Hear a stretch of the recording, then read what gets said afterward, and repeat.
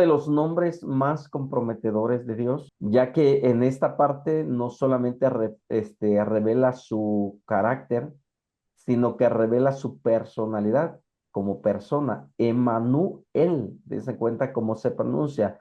Immanuel, así, Immanuel, que es Dios con nosotros. La palabra Immanuel es con nosotros y él significa Dios. Acabamos de pasar unas fiestas, bueno, se llamaban, decembrinas, las fechas decembrinas, ¿no? Acabamos de pasar y esas fechas decembrinas, pues, nos invitan a nosotros a, a pensar en el nacimiento de nuestro Señor Jesucristo, que es la manifestación de Dios en la tierra. A él significa Emanuel. ¿De dónde sacamos este nombre? De este pasaje bíblico de Isaías 7:14. Vean qué dice ahí. Por tanto, Yahweh Dios o Yahvé o Jehová o el Señor, como le quieran decir, dice, por tanto, Yahweh Dios les dará una señal, les dará una señal. He aquí, una virgen concebirá y dará a luz un hijo, y su nombre será llamado Emmanuel. Emmanuel. Aquí, este pasaje bíblico se escribe muchos años antes del nacimiento del Mesías y bueno, sabemos por lo que la historia, la palabra de Dios nos dice, que Dios tuvo el deseo de manifestarse a la humanidad. Y esto es algo increíble porque a mí me encanta porque Dios siempre ha querido estar cerca de su creación. Cuando Dios hizo todo lo que vemos en Génesis capítulo 1 y 2, vemos a Dios involucrado en su creación, involucrado en su creación.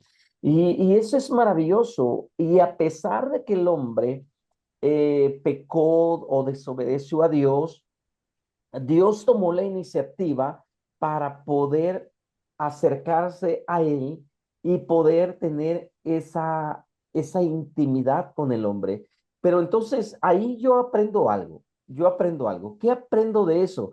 Aprendo lo siguiente, que no es, escuchen bien, no es el problema de Dios el no querer estar con el hombre.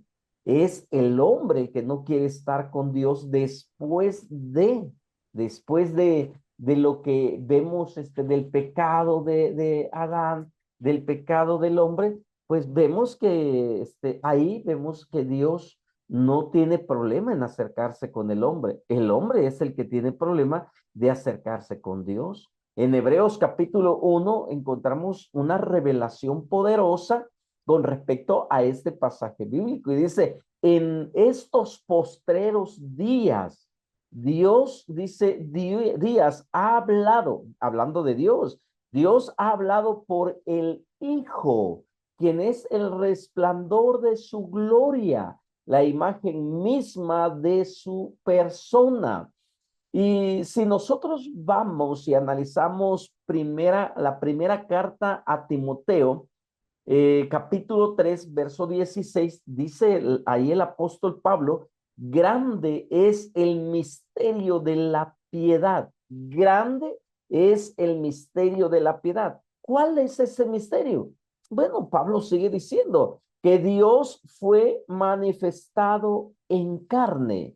Dios fue manifestado en la carne. Y estos dos pasajes bíblicos y muchos más todavía, pero estos dos es la sustancia de nuestra fe que Jesucristo es Dios, porque Pablo afirma lo que estamos diciendo en Colosenses capítulo 1, versículo 15, donde dice que Jesucristo es la imagen del Dios invisible. ¿Quién ha visto a Dios? Nadie ha visto a Dios. Moisés le pidió a Dios, muéstrame tu rostro, y Dios le dijo, no te lo voy a mostrar, porque no hay hombre que vea mi rostro y que viva. Entonces Dios no le mostró el rostro. Entonces Moisés, aunque las escrituras dicen que Moisés estuvo frente a frente o cara a cara con Dios, no significa que Dios haya revelado el rostro o su rostro para que Moisés lo conociera. En aquella ocasión, acordémonos que Dios le dice a Moisés, solamente vas a mirar mis espaldas, no te voy a mostrar mi rostro, pero vemos que después de miles de años después, aquella profecía de Isaías 7:14, Emmanuel, Dios con nosotros, bueno, Pablo dice que esa profecía se cumple en la persona de nuestro Señor Jesucristo y que esa persona de nuestro Señor Jesucristo es el Emmanuel, pero Él es la imagen del Dios invisible. Entonces, aquí la palabra siendo, es una palabra clave, siendo la imagen del Dios invisible, siendo la imagen del Dios invisible, tiene que ver con su naturaleza esencial, la esencia de la encarnación, porque Jesucristo entonces no tiene su ser. Ahora vamos a subrayar algo bien importante en la forma de Dios. ¿Por qué? Porque ¿qué queremos decir con forma? La palabra siendo en forma de Dios, porque la palabra de Dios dice, en estos posteriores días ha hablado por el Hijo, quien es el resplandor de su gloria, la imagen misma de su persona, la imagen misma de su persona, es la imagen del Dios invisible. Entonces nosotros podemos comprobar que la palabra forma aquí es precisamente una palabra que nosotros debemos de analizar como la palabra morfe que es, o morfo, que es precisamente la naturaleza propia, interna, esencial, permanente de algo, una forma. Morfe es la esencia, la naturaleza profunda. Entonces vemos que cuando el Hijo de Dios viene a este mundo, él toma forma humana, pero trae una forma celestial, trae una forma divina. Y esa palabra forma, cuando nosotros vemos que la palabra forma habla de lo más que de lo externo, habla de lo interno, porque es algo esencial en la naturaleza. Entonces,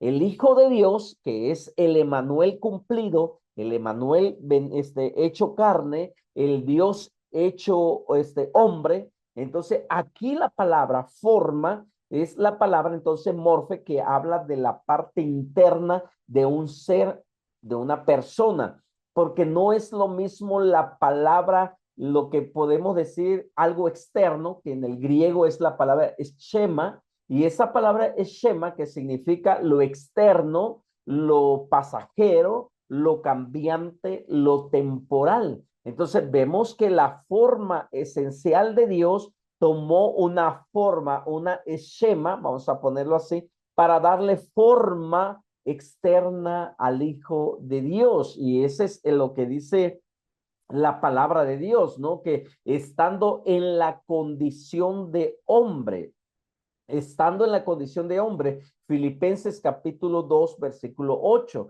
y estando en la condición de hombre, entonces vamos a hablar de la condición, lo externo, lo cambiante, la forma o el morfe, lo que no es cambiante, lo que es interno. Entonces vemos que en la unidad de esta manifestación de Dios, vemos nosotros que Dios vino a esta tierra, la palabra morfe, la naturaleza divina, lo esencial, se hizo forma externa, cambiante, porque la naturaleza de Dios no puede cambiar, pero sin embargo se encapsuló, lo vamos a poner así, en un estuche, en un cuerpo, ¿sí? Que él quería utilizar para poder manifestarse al hombre o manifestarse a la humanidad. Y es aquí donde nosotros vemos un misterio de este nombre.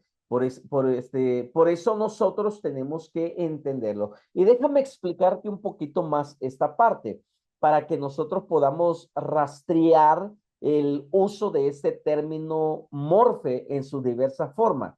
Por ejemplo, nosotros vamos a descubrir que es exactamente donde se encuentra el énfasis de esta enseñanza, porque hay lugares en donde aparece ser usado a manera de solapamiento, pero los usos específicos de la palabra morfe en los textos del Nuevo Testamento, pues nos llevan a concluir que significa la naturaleza interna. Por ejemplo, Romanos capítulo 8, verso 29. A los que antes conoció, también los predestinó para que fueran conformados, ahí está la palabra, conformados a la imagen de su hijo, y es la palabra morfe, y esa es una naturaleza, un cambio interior. Entonces, cuando nosotros recibimos a Cristo, sufrimos un cambio de naturaleza. Ese cambio, esa forma interna es la palabra morfe, porque es un cambio que viene desde adentro hacia afuera. Entonces, el interior de cada uno de nosotros es conformado a la imagen de nuestro Señor Jesucristo. Y está hablando de nuestra naturaleza interna. En la carta de Pablo a la iglesia de Corinto, en su segunda carta, en el capítulo 3, versículo 18, dice, conforme vemos la gloria del Señor, somos transformados a su imagen. Ahí está una vez más la palabra morfe. Somos transformados a su imagen. O sea que cada día que pasa, nosotros somos cambiados a la imagen de nuestro Señor Jesucristo en su esencia, en su naturaleza divina. Entonces, somos cambiados en el interior. Es un cambio permanente que afecta a nuestra naturaleza interna. Pablo dice a la iglesia de los Gálatas, capítulo 4, versículo 19, dice, hijitos míos, dice Pablo, sufro dolores de parto hasta que Cristo sea, morfe, que sea formado, morfe en ustedes, hasta que en este texto es hasta que Él sea formado en ustedes, morfe, hasta que que nosotros tengamos la naturaleza del Hijo de Dios. Entonces, Él no está hablando de la parte de afuera. Por eso Jesús dice, no se preocupen por lo externo, preocúpense por lo interno. Preocúpense por la parte, la esencia de cada uno de ustedes. La parte externa, pues el Señor Jesucristo sabía que íbamos a morir, que íbamos a perecer, que incluso Él tenía que morir, porque por eso Él está hablando de que no nos preocupemos por lo que está afuera, sino preocupamos por lo que está adentro. Pero esto no significa que le vamos a dar rienda suelta a la naturaleza externa y destruir, porque esto es el templo del Espíritu de Dios, lo que nosotros tenemos. Entonces, esta es la palabra que nosotros tenemos que ver en lo que es nuestro Señor Jesucristo, tomando forma de morfe, teniendo la esencia divina, tomó una forma externa de hombre para que nosotros pudiéramos comprender lo que hay ahí. Entonces, ¿qué dice la palabra de Dios? Veamos una vez más el pasaje bíblico que está ahí en Isaías 7:14. Por tanto, Yahweh o Jehová, Dios les dará una señal. He aquí una virgen concebirá y dará a luz un hijo y su nombre será llamado Emmanuel. Esto significa la palabra Dios con nosotros. Dios con nosotros. ¿Qué significa Emmanuel? Dios con nosotros. Mateo capítulo 1, versículo 21 al 23 dice, y dará a luz un hijo y llamará su nombre Jesús, porque él, hablando de Dios, salvará, o hablando del Hijo, él salvará a su pueblo de sus pecados. Todo esto aconteció para que se cumpliese lo dicho por el Señor por medio del profeta, hablando de Isaías, cuando dijo, he aquí una virgen concebirá y dará a luz un hijo y llamará su nombre Emmanuel, que traducido es Dios con nosotros. Y aquí mucha gente me dice, oiga, pastor, si el ángel le dice a María que él le tendrían que poner el nombre Emmanuel al niño, por qué le pusieron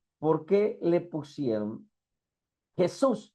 Bueno, es que Emmanuel es la naturaleza interna, recuerda eso, la naturaleza interna. Pero, ojo, pero Jesús es la naturaleza externa, es el acto, la acción. ¿Quién vino a encarnar? ¿Quién vino a materializarse? Dios se vino y se materializó. Pero ¿quién iba a ejecutar? ¿Con qué cuerpo iba a ejecutar? De salvar a su pueblo de sus pecados. ¿Con qué cuerpo? Con el cuerpo, con un cuerpo que él iba a formar en el vientre de María. Entonces, ahí nosotros podemos comprobar que ese Emmanuel que estamos hablando es Dios con nosotros. Entonces, las virtudes que se descubren en el libro del profeta Isaías son muchas. Y en primer lugar, la obra, ¿no? La obra se describe con gran capacidad poética. He aquí, una virgen concebirá y dará a luz un hijo y llamará su nombre Emmanuel. Esto trae una profundidad de revelación bíblica, pero también de juicio. Y varios de estos poemas no solo demuestran buenas destrezas de comunicación del profeta, sino también gran habilidad de la exposición de intensos conceptos de reveladores y declaraciones de las figuras que van a incentivar la creatividad del profeta. Esta obra que el profeta dice, la Virgen concebirá, incluye valores éticos, valores morales, valores espirituales fundamentales que están en la palabra de Dios, que son extremadamente valiosas para lo que viene más adelante. A esas virtudes, tanto en este pasaje bíblico de Isaías, pues debemos de añadirle, ¿no? Las contribuciones de que el profeta le da a ese pasaje bíblico, porque de singular importancia en este libro profético son las referencias al Mesías, a la venida del Hijo de Dios, los cuales ocupan un lugar pues relevante en las narraciones que se incluyen en la obra. Y uno de esos mensajes es el anuncio profético que la Virgen o doncella dará a luz, pues sirve de señal milagrosa de que la palabra y las promesas de Dios se cumplirán. Entonces, el milagro más grande que el mundo ha experimentado es esta, es la venida de Dios en forma humana, encarnándose, voy a ponerlo así, en un vientre de una doncella, que el mundo lo quiere negar, pero ¿qué dice la palabra de Dios? Dice, hijitos míos, no se dejen engañar, porque los falsos cristianos o los anticristos, porque habla en plural, los anticristos niegan la venida de nuestro Señor Jesucristo o la venida del Hijo de Dios en forma corpórea. Entonces, ellos no aceptan, los demonios creen, pero no aceptan la venida. Por eso dice también el apóstol Juan, prueben a los espíritus si son de Dios. Si un espíritu niega que Jesús es nacido en el Espíritu Santo, entonces no es de Dios. Entonces, el nombre del niño que nace como fruto de esta señal divina es Emmanuel. ¿Qué significa entonces Emmanuel? Dios con nosotros, pues es una manera de reiterar la protección y la compañía de nuestro Dios, de reiterar que el Dios bíblico simplemente cumple sus promesas.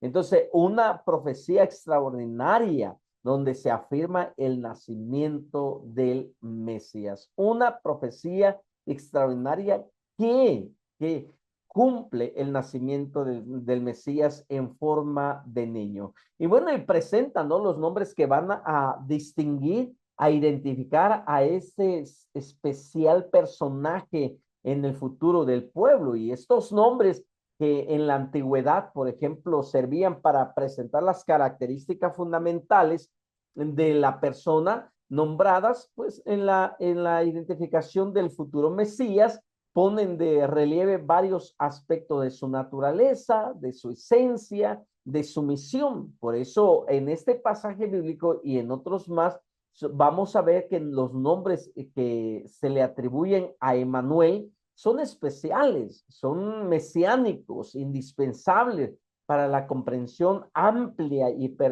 pertinente de la voluntad divina para la humanidad. Entonces nosotros vamos a darnos cuenta que los nombres que se le dieron al Mesías son nombres muy esenciales, muy importantes. Por ejemplo, en este caso nosotros podemos ver que la esencia de este pasaje bíblico y del hecho histórico que plasma no es el mero nacimiento de un bebé. La esencia es que Dios se hizo bebé.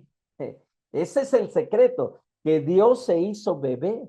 Dios estaba en la cuna. Leemos sobre esto en una profecía que vemos en Isaías 9:6, porque un niño nos es nacido, hijo nos es dado. Entonces vemos a ese pequeño en un pesebre, pero no es cualquier ser humano, no es cualquier persona, es Dios en una cuna, es Dios en un bebé, es Dios en un cuerpo pequeño, manifestado, limitado, sí, está limitado, pero es algo que nosotros debemos de comprender. Por eso lo que dice Colosenses, ¿no? Capítulo 1, versículo 15, el apóstol Pablo escribe que Jesús es la imagen del Dios invisible.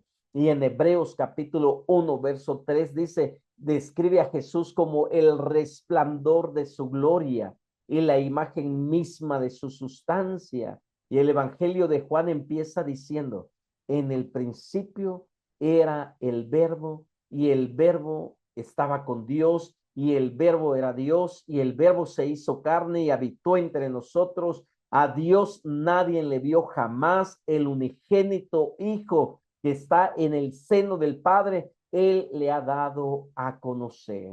Entonces, ¿queremos conocer a Dios?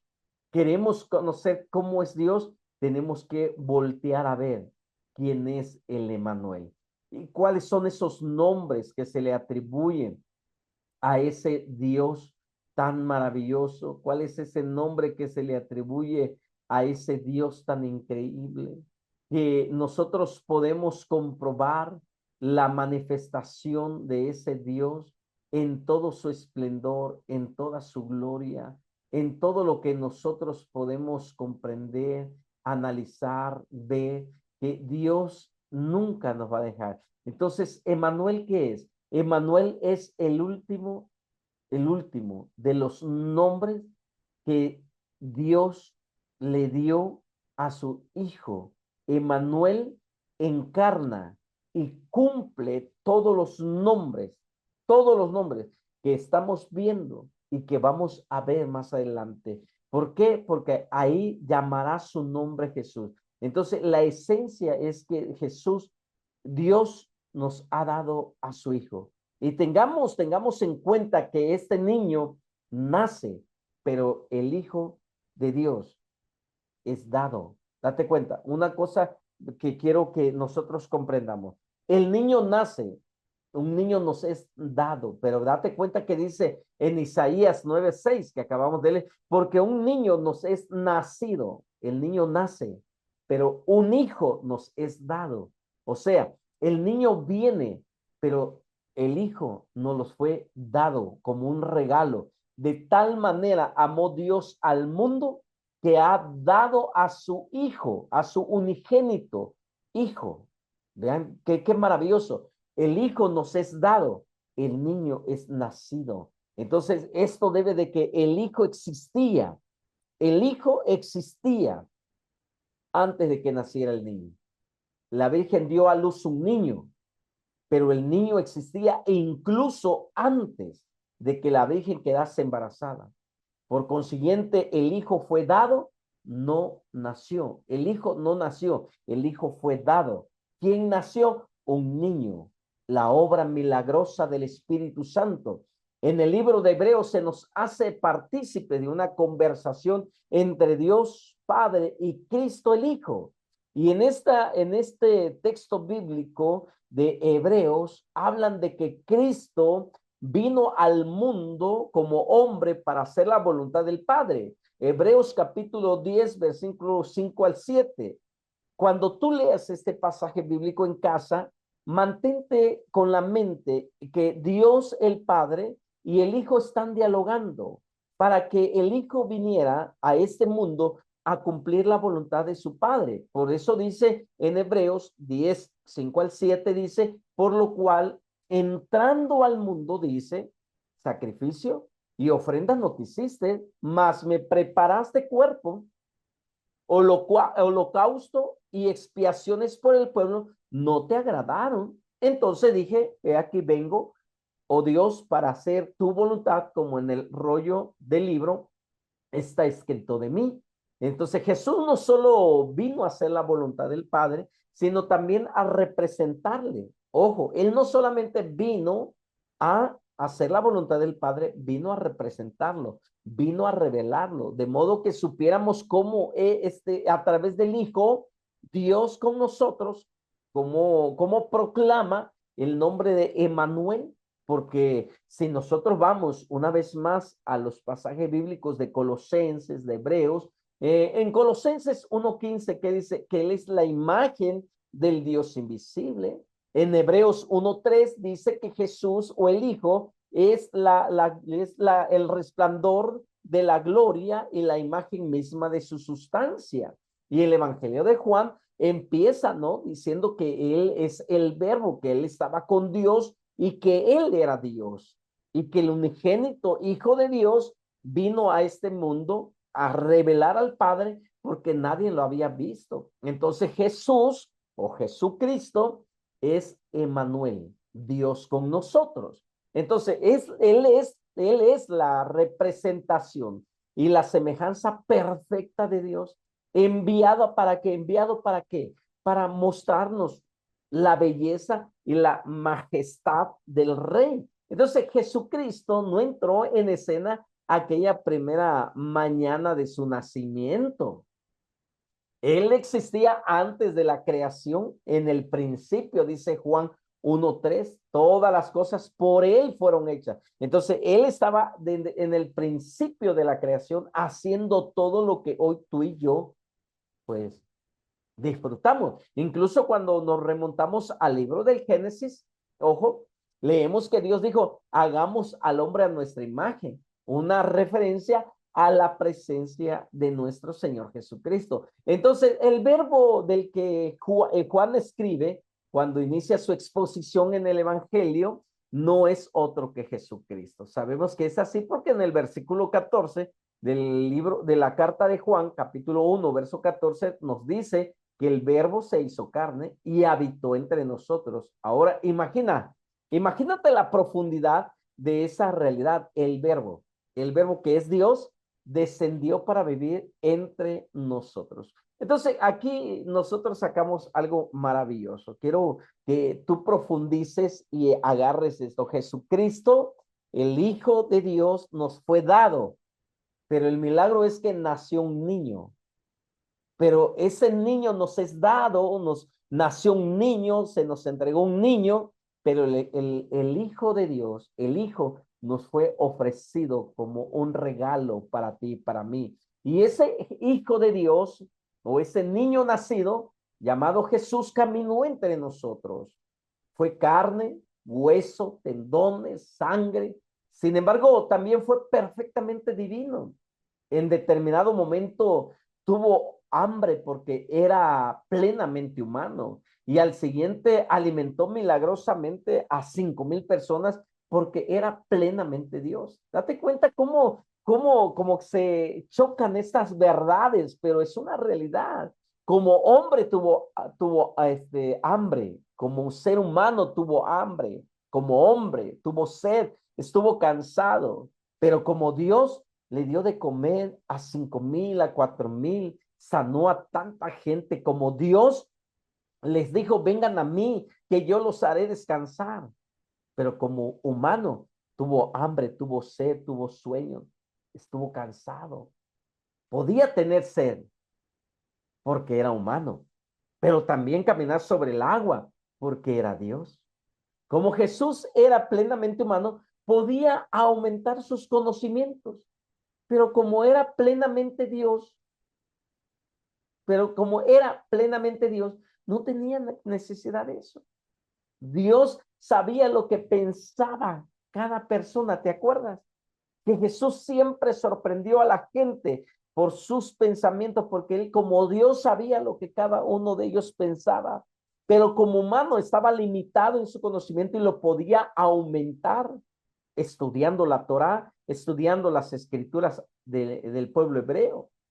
Entonces, en un momento Jesús agonizó en la cruz y murió, porque era plenamente humano. 3 días más tarde se levantó de la tumba porque era plenamente Dios. Entonces, en Colosenses 1:19 dice, por cuanto agradó al Padre que en él habitase toda plenitud de la deidad. Sin embargo, Emmanuel, quien es Jesús, no tendríamos ninguna oportunidad de comprender bien a Dios. A Dios nadie le vio jamás. Pero, ¿qué dice Juan en su evangelio, en el capítulo 1, verso 18? El unigénito Hijo que está en el seno del Padre, Él le ha dado a conocer. Él le ha dado a conocer. ¿Cómo se da a conocer Dios? Por medio de Emmanuel, Dios con nosotros. Entonces, entender y conocer a Jesús es entender y conocer a Dios.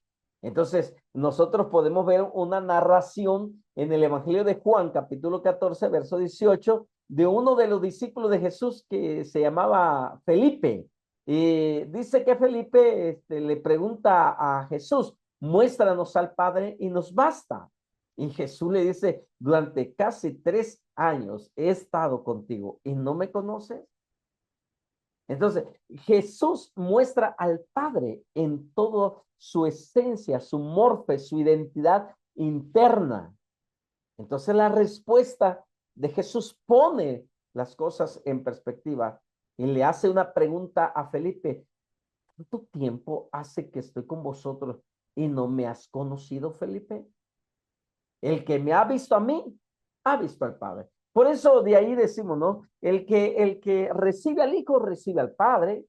Tú no puedes recibir al Padre y rechazar al Hijo, porque el Padre entonces no viene. ¿Cómo puedes tú ir a una casa donde alguien te invite? Veamos, una amiga, solamente que sea una reunión especial, pero si una amiga o alguien te dice, te invito a mi casa, pero no traigas a tus hijos porque no los puedo ver. ¿Irías tú a esa casa? Yo no iría. Yo no sé tú, pero yo no iría. ¿Cómo voy a ir a una casa donde mis hijas son maltratadas, mal vistas, no bien venidas? ¿Cómo voy a ir? Entonces, yo voy a ir a un lugar donde mis hijas se sientan cómodas, se sientan bien, porque de esa manera me demuestran el amor a mí. Entonces, por eso Jesús dijo, el que me recibe a mí, recibe al Padre, pero nadie puede recibir al Padre sin recibirme a mí, porque el Padre y Él son uno, así como los padres terrenales somos uno con los hijos, así también el Padre. Entonces Jesús tomó todo lo que se puede saber sobre Dios y lo puso de manifiesto. Y es la revelación más completa del propio Dios. Por eso no podemos rechazar a Jesús. No podemos hacer a un lado a Jesús. No podemos nosotros decir que Jesús no puede llegar a ser Dios. Entonces, Él es el unigénito. Jesús es el unigénito. Buda, Mahoma, Confucio, ningún mero profeta, maestro o rey puede hacer esta afirmación. Jesús dijo, yo soy el camino, la verdad y la vida. Y dice Jesús, nadie viene al Padre si no es por medio de mí. Entonces, ese es lo maravilloso de Manuel. Eso es lo que a nosotros nos deja como una esencia, Emmanuel. porque Emmanuel nos lleva de la mano a conocer quién es Él. ¿Y cuál es uno de los nombres que se le atribuyen a Emmanuel? En Isaías 9, admirable consejero. Esto es lo que hace de Jesús el admirable consejero. Su punto de vista es infinito, sus recursos ilimitados, su experiencia incluye todo en una vida o en la vida terrenal, soportando todas las mismas pruebas y tentaciones que nosotros. Entonces, ¿quién puede estar más calificado para ofrecernos guía y dirección? ¿Quién? Emmanuel, Dios con nosotros. Él es el único que puede estar calificado para que Él pueda darnos el consejo necesario, para que Él pueda darnos el consejo necesario. Entonces, cuando algún miembro de una iglesia o una persona acude a un consejero, él está buscando una sabiduría divina. Y esto es lo que hace Jesús, verdaderamente maravilloso. Porque cuando vemos a Jesús en el templo a la edad de 12 años, hablando con los doctores, los doctos de la ley, participando, le hacían preguntas, Jesús contestaba, él hacía preguntas, le contestaban. Y vemos a Jesús que lo buscaban para pedirle consejo. Nicodemo fue de noche para pedirle consejo. José de Arimatea. Varias personas buscaron a Jesús para buscar un consejo. ¿Quiénes somos nosotros para no buscar consejo de Él? Él es el admirable consejero. ¿Qué es más Jesús? Veamos, Él es Dios fuerte. Jesús nunca falla, siempre es fiel. Todo el poder de su creación sustenta su promesa de proveer y cuidar de nosotros. Tiene el poder para resucitar a un muerto de la tumba. Tiene el poder, también el poder personal para no anticiparse al momento perfecto que decide el Padre, como lo hizo cuando rehusó apresurarse a ayudar a Marta y a María antes de que muriese Lázaro. Él tiene el poder y la sabiduría absolutos, unidos a una fuerza sobrenatural. ¿Por qué no fue? ¿Por qué no fue en el momento que Marta y María le dijeron, tu amigo Lázaro? Porque Jesús no se iba a adelantar a los tiempos de Dios, porque Dios, él quería manifestar su naturaleza, su Emmanuel, su Dios con nosotros, él lo quería manifestar. ¿Cómo lo iba a manifestar si él llegaba y ponía las manos sobre Lázaro? Eso lo había visto tanta gente ya, sanando a varios enfermos, leprosos, liberando endemoniados, pero resucitar a un muerto, era la primera vez con Lázaro. Entonces, él tenía que demostrar a Emmanuel, al Dios verdadero, a través de él. Por eso él no fue rápidamente a sanar a su amigo, esperó 4 días después de que había muerto y va para demostrarle a todos ellos que él no era cualquier persona, que no era un maestro cualquiera, que él era Dios en forma humana y levantó de entre los muertos, algo imposible por la ciencia, para la lógica humana. Nosotros decimos, ¿cómo después de 4 días? Ya el cuerpo está descompuesto, está entrando en proceso de putrefacción, de descomposición, pero es ahí donde Dios, el Emmanuel, en forma humana, manifestó su poder y él nunca falla. Así que no tengas temor, él es tu Emmanuel, él es Padre eterno. Después de que nos remontemos, ¿no?, al punto más lejano imaginable, en Juan capítulo 1, versículo 1, no estarás más cerca del origen de Dios que cuando empezaste, porque Juan 1:1 dice, en el principio era el verbo, y nos remontamos a la eternidad, pero entre más queremos remontarnos a la eternidad, nunca vamos a llegar. Dios es eterno. ¿Esto qué quiere decir? Para siempre. No hay principio, no hay final en él. El hecho es que Dios nunca provino, siempre ha estado ahí. Él no vino, ha estado ahí. ¿En qué forma vino? De niño, pero como hijo siempre ha estado ahí, siempre ha estado presente. Y él es algo que a nosotros nos debe de pues gozar, alegrar, porque Él siempre va a estar con nosotros.